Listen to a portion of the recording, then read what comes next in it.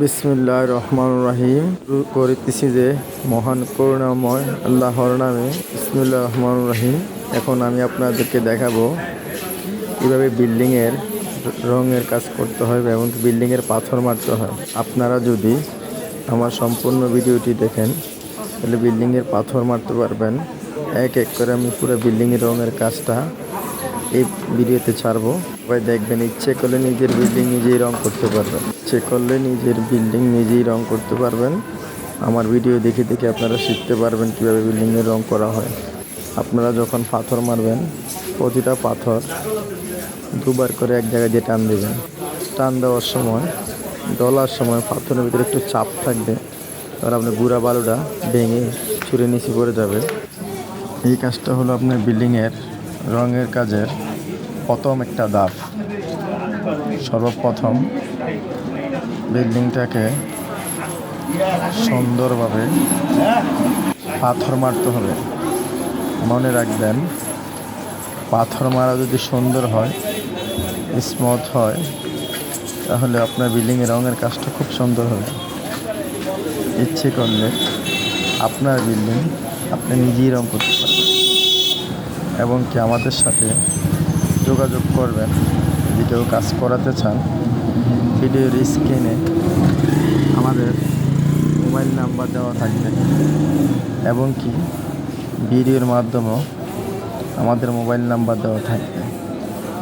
পাথর মারতে হবে খুব সুন্দর করে, 1 ইঞ্চি জায়গাও যাতে বাদ না পড়ে পাথরের ডলা, নাহলে পরে কিন্তু ধার লাগবে। মনে রাখবেন, বিল্ডিংয়ের পাথরের কাছে অনেকটাই মসৃণ, একদম সমান হবে। যেমন আপনারা প্লাস্টিকের বোর্ডে টান দিবেন, রং করার পরে গ্লাসে ধরে যেমন টান দিয়ে যেমন একটা মসৃণ লাগে, হাতে কোনো কণাকানি লাগে না, ঠিক তেমনই লাগবে রঙের পরে। বিল্ডিংয়ের সবচেয়ে বড় সৌন্দর্যের একটা সাইড হলো রং।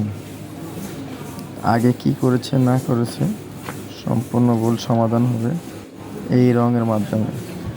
রং সুন্দর তো বিল্ডিং সুন্দর। বিল্ডিংয়ের সুন্দর করতে চাইলে আমাদের সাথে যোগাযোগ করবেন, অথবা নিজেই কাজ শিখতে পারেন। নিজে শেখাটা অবশ্যই একটু কষ্টকর, যদি পারেন দেখে দেখে শিখতে পারবেন।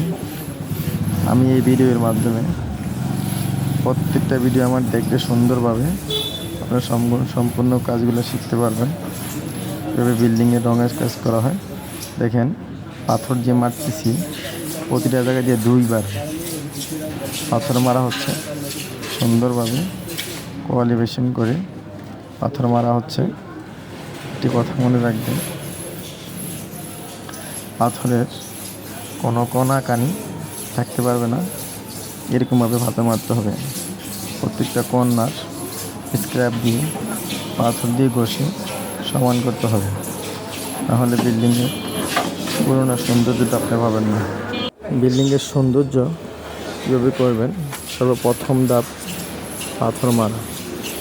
পাথর আপনাদের মারতেই হবে। পাথর না মারলে আপনি বিল্ডিংয়ের কাজ সুন্দর হবে না। এবং কি আপনি দেখেন, প্রত্যেকটা জায়গা দিয়ে 2 থেকে 3 বার পাথরটা যাইতে হবে এবং পাথরটা প্রচণ্ড চাপ থাকতে হবে। আপনার গায়ে যেটুকু শক্তি আছে, পুরো শক্তির থেকে সামান্য কিছু কম দিয়ে পাথর মারতে হবে। আপনার পুরো গায়ের শক্তি যদি খরচ করেন তাহলে আপনার টেবিলে দাঁড়িয়ে থাকতে পারবেন না। আপনার চলসের মতো সুন্দরভাবে পাথর মারতে হবে। এই পাথর মারার পরে কী করবেন, সুন্দরভাবে পুরোটা বিল্ডিং ঝাড়ু দিয়ে ধুয়ে ফেলবেন।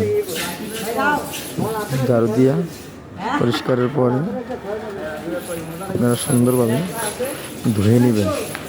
মোটরের পানি ছেড়া যখন পানি পড়বে তখন যখন অনেক ময়লা পড়তেছে, সুন্দরভাবে পানি দিয়ে ধুইলে তখন আপনার বিল্ডিংয়ের কাজ সুন্দর হবে।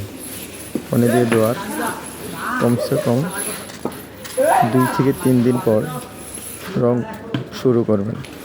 প্রথম ধাপে রং হবে না, সিলার, এটাকে বলা হয় ওয়াটার সিলার। ওয়াটার বেসড সিলার করবেন।